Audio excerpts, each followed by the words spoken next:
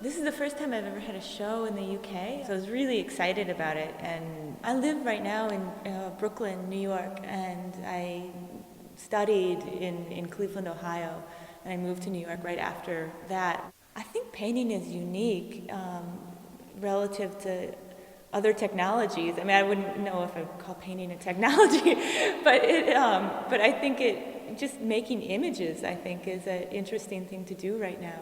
I grew up in Detroit, Michigan, and the DIA, the Detroit Institute of Art, had a really great German Expressionist collection. And I think early on I really, I don't know if it was just being a teenager or if it's just seeing those paintings, I really responded to like Otto Dix and Kirchner, and just that kind of also way of dealing with space in a very constructed way. You know, I don't really consider my paintings to be consciously American. Like, I never think, oh, I'm making an American painting, but I do think that there is a way that American painting can deal with space, maybe coming out of abstraction, post-war abstraction, or there's a kind of vastness. In the painting that I just made, the most recent painting in the show, there's a group of, almost like a figure drawing class inside the painting, depicting what's going on, but they're in the foreground, so I really wanted their drawings to kind of both block the view but also make the picture.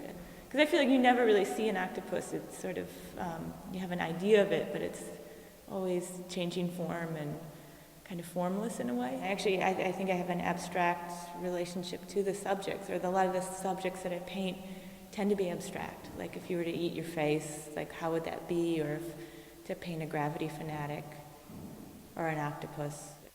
There's a painting of a boy with a butterfly, and I felt like he himself felt almost without conscience. That you couldn't tell if it was something where he was sort of gluing this butterfly together or sort of ripping it apart. I was just sort of thinking about these two forms, like one that is this sort of adult form, or this beautiful form like this butterfly, and then this other thing that's just this larvae-like subject who kind of absent-mindedly takes apart this bug. I think about humor a lot I embrace humor if it happens in the paintings. It's something that I feel like you can't really plan, because then it's just not funny at all. So I think, you know, painting itself can be really surprising, because things can come into view and then you lose the image, or you could, you know, use the brush stroke and all of a sudden the person that you're painting is sort of smiling like dippily at you.